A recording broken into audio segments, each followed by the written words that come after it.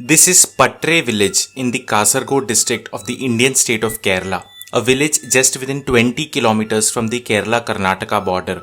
Towards the end of 1980s and early 1990s, teachers at a government school in Patre started noticing something strange. They noticed that the children coming from the backside of the school, which is adjacent to a narrow river, were below the average intelligence level. Of the 40 children who came from that area, 9 were mentally retarded. The teachers did not think malnutrition could be the reason for this, as even the poorest of the village could afford to have 2 square meals a day. Another person who noticed these anomalies was Mohana Kumar Y.S., a doctor who had practiced medicine in the area since 1982. He found that many serious conditions of the central nervous system, such as cerebral palsy, epilepsy, and congenital anomalies, were very common among the children of the area. The issues were not just limited to children. There were many cases of liver and blood cancers, infertility among men, miscarriages and hormonal irregularities among women, skin disorders, asthma, and many others. With no heavy industries and mineral sources in the area, the people and the authorities found it difficult to explain the cause of these conditions. Meanwhile, several similar cases started being reported in many adjacent villages throughout Kasargod.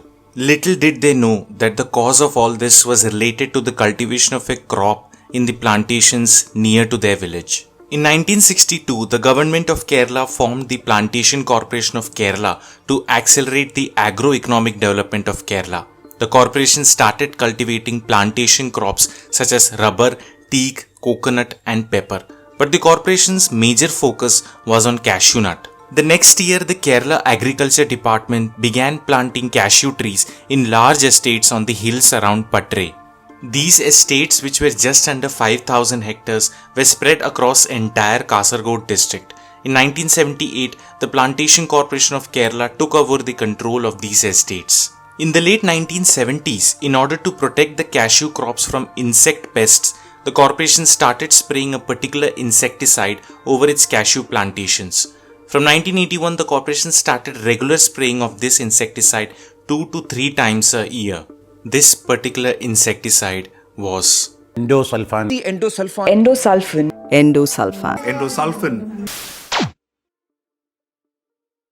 Developed in 1954, Endosulfan is an acutely toxic insecticide which was being used extensively due to its low cost and high effectiveness. Because of its unique mode of action, it was useful in controlling insects that had become resistant to other forms of insecticide.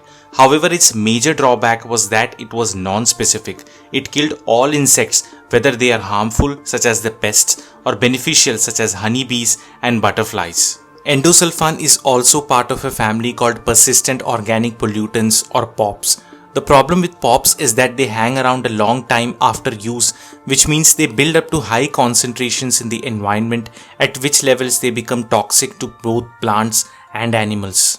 It is also not easily degradable. The endosulfan, which was sprayed aerially over the plantations near Patre village, contaminated the soil and water and found its way into the food chain, affecting lower and higher forms of life in the area, including humans.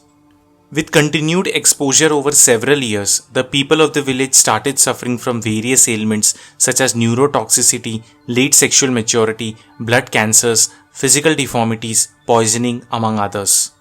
The newborns had severe deformities and health complications. Those infants who could survive the initial years became epileptic. The reports of health impacts of the aerial spraying of endosulfan on villages in Patre village began trickling in towards the end of the 1990s. All these were alleged to be due to the aerial spraying of endosulfan. From 1997 onwards, social groups became active in the district, highlighting the plight of the people in Patre. With every advancing year, more and more health problems were reported from areas surrounding the plantations of Kasargod, Chimeni and Rajapuram. The government started taking note after 2000. Here the specific question was asked about Endosulfan. From then, different agencies conducted numerous studies and surveys to understand the relation between aerial spraying of endosulfan and the sudden spurt of health problems in the village.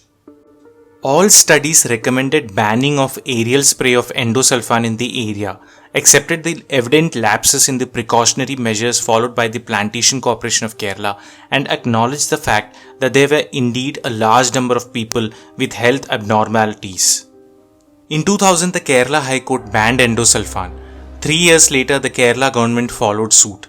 Later in 2011, the Stockholm Convention on Persistent Organic Pollutants, which is an international environmental treaty that aims to eliminate or restrict the production and use of persistent organic pollutants, banned endosulfan because of its threats to human health and the environment. On 13th May 2011, the Supreme Court of India banned the use, sale, production and export of endosulfan across the country.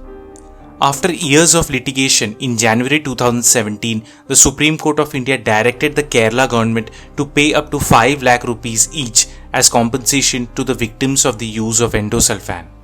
The Supreme Court also directed the state government to provide appropriate medical facilities for the treatment of the victims.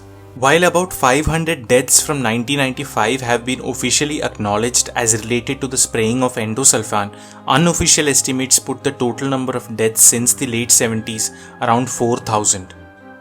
Since the ban on usage of endosulfan, there has been a steady decline in the number of newborns being born with deformities. Also, the wildlife diversity of the area has also improved.